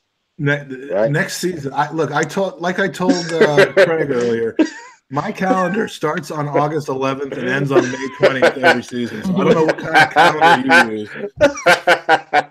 So, from Adam Hoffman, American hero. We haven't heard from Adam in a while, but we love him. Yeah, thank you. If you could have Wendy's create and name a sandwich after you, what would be on it and what would it be named? I'll start, and if anyone else has an answer, they're welcome. But for me, it would be called the Surf and Turfberg, because it's got to be named after me, so it has to be a Jewish-sounding name. I don't know if you guys have this over in the UK, but Andy, you know how Taco Bell has tacos where like the shell is now made out of chicken, or do you not watch television or are fat anymore? Well, they have. I thought they had tacos that were made out of like Doritos. Well, they have that. They have a taco that's made out of a fried egg. But anyway, this is a burger that has a 12-inch. 12 ounce. Thinking about Ola again, man. Yeah. Even when you're talking about food, you're still thinking about me. Go on. 12-ounce buttery lobster tail in a shell made out of a ribeye steak, and you just fucking pick the thing up and you put it in your mouth, and instead of fries or chips, it comes with a free ambulance ride to the hospital, and it's fucking amazing. So that's what I would have. That or the Baconator, because the Baconator already exists, and it's pretty much almost the perfect sandwich. Does anyone else want to tackle this one, or do we move on? I've never eaten at Wendy's. A burger named after me, or can I name it after someone else? Well, it would have to be something that like is in your likeness after you. Although if you have something funny to say, then about someone else, go ahead. Well, I was going to say I'd invent a burger called the Plug Burger. It tastes like shit because it's full of shit. Now comes the obligatory thing where we say, look, I mean, he's been on our podcast. We like the kid. We like the kid. We worry for the kid. We don't agree with what he does. I like him too. We don't like other people who have mole in their name, by the way. Those guys are going down. By the way, since we're talking about ITKs, couldn't be a bigger fan of Jerby. Jerby football, handsome, I mean, smart, sexy. let's face it. Let's get real. Point. He likes buttholes. Gazidis has put an end to every one of them. All of them. Except after the tape went off, he said, the only person that had any clue of this going on, although he listened to us, he did not tweet this out, but he had a clue. He said it was Derby football. Derby. You know what I love about the mole? When your internet takes up, we'll find out. What do you love about the mole? His last tweet yesterday says, "Expect some transfer activity over the next 10 days." Like, that's a good one. No, I'm hearing from my sources the sun is coming out tomorrow. Whether it makes it through the clouds or not, I don't know. But I'd like to apologise for slagging off the plug, but I just thought it just come into my head. That's all. So it was well done. It was well done. Yeah, he's a nice lad, I'm sure. It's all banter. He's a nice lad. It's all banter. I didn't mean it. I feel maybe a little misdirected on what helps the fan base or not, but we do like the kids. So I do too. All right, perfect. So from Steve-O, and Steve-O, while we've been recording, I got an exclusive tweet from bagofdicks.com that your bag of dicks is on its way. So hang in there, mate. Don't be, you're not going to be starving for much longer. Given, and this is what I was referring to earlier, given that Unai has its own Rottweiler number 2, whose name I believe is Juan Carlos Carcedo. Kenny will be proud of you. Yes. Can you explain? I'm going to explain. Do you think he will retain Bold services as a link to the past or continue the cull of Wenger-related personnel? And if Unai does want Bold to stay, do you think Bold should stay or would want to stay himself? Panel, Craig, what do you think? Yeah, I'm gonna let me jump in. Sorry, because I just said yeah. I think he stays. I think he stays to be the bridge between the old regime and the new. I think he has a lot to offer. He was a brilliant defender. His hands have been tied. He's probably itching to be able to jump in and actually help. And, I don't think he'll be the assistant, but give him a coaching position as a defensive coach. And I think he would be that voice on the sideline when shit hits the fan and someone fucks up. He will be one of the first people off. And I think he wasn't allowed to do that before. And I think he'll be able to do that coming up. No one else needs to answer that. Yeah, no, that's the brilliant perfect answer. Yeah, absolutely. Thank you. From Drew Thompson, how incredible are these new away kits, especially the shorts? Andy. Fuck you, Drew. I was in this conversation earlier. Sorry, Drew did not actually send in that question. I'm just pinning that on. What, seriously, though, I mean, 45 seconds, and there's the boy. There's the prince of the podcast. Can you wave? No. Ollie. You want this? Hello. Oh, I have my headphones. You got your headphones. Hear. Is he crying because he can see? He just woke up. He can see the cat. Oh, okay. Hi. So, the away kits. There's a big debate going on. Craig. Yeah, that is exactly how I feel about the new kits. Well done, Ollie. Well done, Ollie, for answering for me. Again, I don't need to make any answer on that. Have you seen these things yet? The shorts look like what we call boxer shorts. The dark blue away kit is not so. I don't like the home kit though. I think the home kit's horrible. I like the home kit. We're talking about the away. The away kit. I'm not so keen on them, but I guarantee every one of us is still going to buy it. I like the away kit. I'm going to full kit. It's just what we do. I'm going to full kit wanker the whole thing. You're going all the way. I'm going to do the whole thing. I'm going to send pictures to Drew daily. We're still going to buy it. So every morning, Drew's going to wake up to video of you in the full kit. Put more money in the pockets of Mr. Stan Kroenke. How's that? Look, you know what? At this point, I feel better about it now. You feel better. You feel better about it now. It's a shame that the kits are such shit now, but All right, so from Schwinn, second to last question, our buddy Schwinn. Thoughts on Lichtsteiner potentially joining us on a free? He's 34. Can he handle the pace of the Premier League even as a backup? And secondly, who's been a bigger disappointment this season, Kolasinac or Mustafi? Which I would almost think would be obvious, except for our suspicion that Mustafi isn't as bad as we think he is. But Craig, Lichtsteiner, as a backup to Bellerin, what do you think? Craig's gone. Craig's gone. I'll answer that. I think as a backup to Bellerin, Bellerin is needed competition for quite some time, hasn't it? He's gone there enough 2 seasons with no real competition. I mean, Mainsley's been the only thing pushing him. Yeah, and that's not Mainsley's proper position as well. So to get somebody, a specialist in that position, to come in there and potentially give him some type of competition, something to let him know, if you slip up, I'm looking to grab my chance with both hands, and you will have a fight on your hands to get it back off of me. Those are the type of backups that we need, because the period that Chelsea was so successful over the last 10, 15 years, you look at their bench, and everyone they got on their bench was almost as good as who was on the pitch. And this was the time they had people like Balak, Shevchenko. I mean, they had a world of players, and whoever was on the bench was just as good as who was on the pitch. And if you came on the pitch and you did the business, whoever's coming up for you was going to start thinking, oh, am I going to have a chance to get back in? And this is what Bellerin needs. Bellerin needs somebody to give him.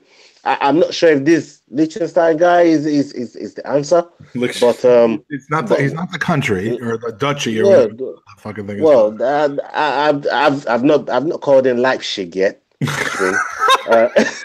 but I'm close to it. I agree with you. I don't know that much about him as a player. Obviously, I'm not sure. Pedigree that is very successful. It's not a guy you bring in to win you games on the pitch. It's a guy you bring in at a supposedly reasonable thing to turn the tide of the dressing room. And I've been very spoken out against the fact that we basically combined spent 1,000 quid a week on 2 guys that totaled 180 minutes on the pitch, Cazorla and Mertesacker this season. And for whatever they provided behind the scenes, as long as Wenger was in charge, it really wasn't going to make the difference. So I was very much against that. If Lichtsteiner comes in and he's everything that he, if he carries with him a gravitas and a experience and a respect level, and plays once in a while, you can't go wrong. What did you say his name was? Lichtsteiner.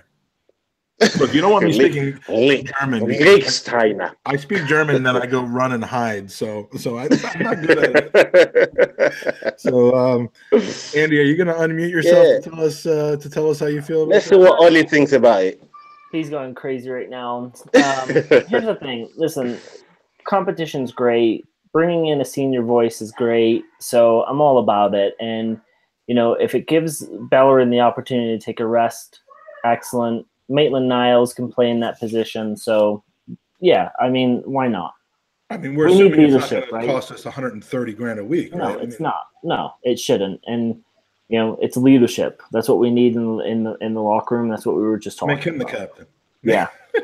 All right. So, and thank you to Expat Gooner. We're going to ask us a question about transfer funds.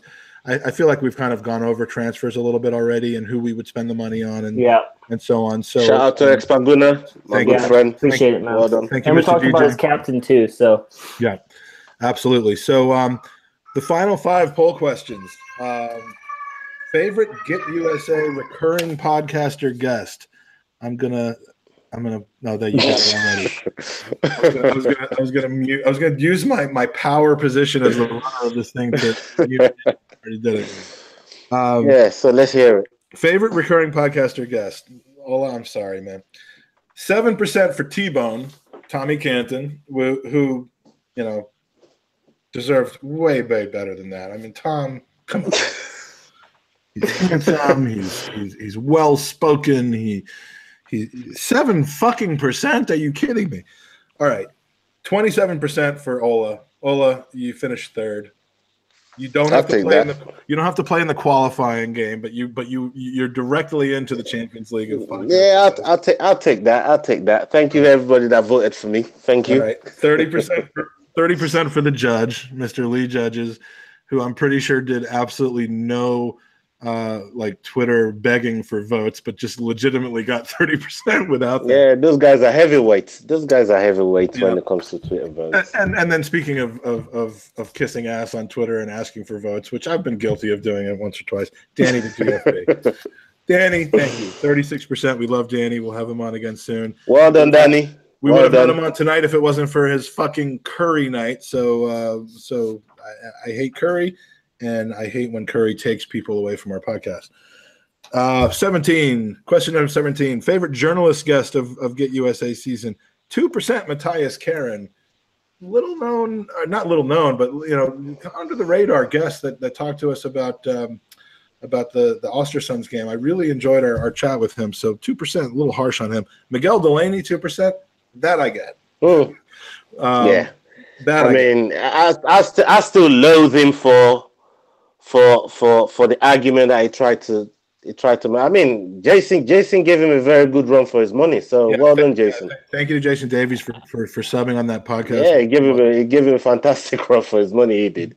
But yeah, and props to Miguel for coming on the podcast with us. Needless to say, we don't agree on our position on that issue. Oh, fuck him. But 44% for Amy Lawrence, 52% for James McNicholas, aka Gunnerblog. I mean, those two. 1 and 1A. How could you possibly separate those two class journalists? Those were two of my favorite podcasts of the year, and we hope to bring them on next season. I mean, just honored to be able to see them and be with them, and to frankly to you met Amy Lawrence on your last trip, didn't you? In Milan, Amy came and spent an hour chatting with me and Joey, and I mean, Joey is an Amy Lawrence a file or whatever you want to call it, like not a pedophile, but an Amy Lawrence. He credits her for what got him into the Arsenal, her writing and stuff, and I'm not even kidding. So that was a treat for him and a treat for me as well. I mean, it was just the game was. No, the game that night was icing on the cake, but that was a great hour of hanging out with her. The favorite incredible stuff. The favorite Sebi Mike meme. Sebi's been on fire lately. You got in a battle with somebody last night who dared to criticize his skills. Sebi in August, and it's going to be epic. 45% the Mike Wrecking Ball meme. I voted Sebi. That's disturbing. That's disturbing. That's a disturbing ass meme, though. Me naked on a wrecking ball. But 22% Mike wins the cup, 20% Royal Baby, which people seem to like. Me in Prince William's arms, and 13% Captain Kosher, which was a late coming meme. Who would you most like to hang out with and drink at the pub with for a night? Oh my God! Another poll. 61% Kevin Campbell, and the rest of 100%. us. And Andy, Mike, and Joey all got basically between 10 and 15%. That was a stupid poll question because who's not going to say Kevin Campbell? It was a stupid question. And finally, most shameful podcast title of the year, season 2. 9%. Yeah, I had to vote that. Yeah, go on. 9% Andy bends for balls. 9% yanking it. 37% double penetration. I would have thought that would have been the runaway winner, but. Yeah, 45% she wore a yellow condom.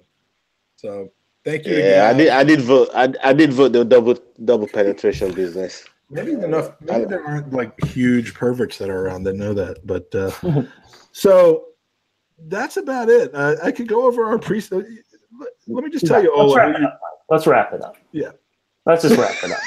That whole thing lasted 15 minutes longer than it should have. I will just say that we did preseason picks for the top 4 and bottom 3, and they're all a shambles. I picked Everton to finish 4th. So and Andy picked Arsenal to win their first 7 games on the trot. So to spend any more time on that would probably be a little dumb. To everyone who's listened, thank you. To everyone who voted for that, competition we should never have been in. We appreciate it. I'm not the easiest to get scheduled, so Mike, I thank you for not only getting these amazing guests, but working around my ridiculous schedule. And to everyone who came on, thanks a lot. Yeah, That's great. Thank you as well for. We've gotten to meet some amazing people through this process, and Ola. Yeah, and it's fantastic. So, yeah, I mean, I've said, thank you. I've waxed poetic about the friends that we've made through this, and I mean, really, that's what it's about. I mean, we're not making a dime. Andy's spending a cent less than what he should be spending on this, but it's just for the clicks and likes. It is. No, look, this is the money making. This is a project. This is a project about getting closer from the States to the Arsenal and to the team that we love and to the people that love the team with us. And absolutely, it's been far more than we ever imagined, and we will be back for a third season. We got amazing guests that we weren't able to get on this season that will get on next season. People that will come back. And thank you to our sponsor. We can't forget our sponsor, bagofdicks.com, who provided dicks to our friends when we were unable to do that ourselves. So, can I give one quick shout out? Absolutely. I just want to give a quick shout out to Podolski's dad. Big up. I'm a big fan of yours. You're doing the business and keep doing what you're doing. You know what I mean. So we may or may not pop up every once in a while over the summer, but we will be back. Yes, we will. We will be back in late July, early August with more content for your ass. And I think that's about all we can say, boys. Have a great summer. I love you. Come on, you Gooners. Salutes. All right.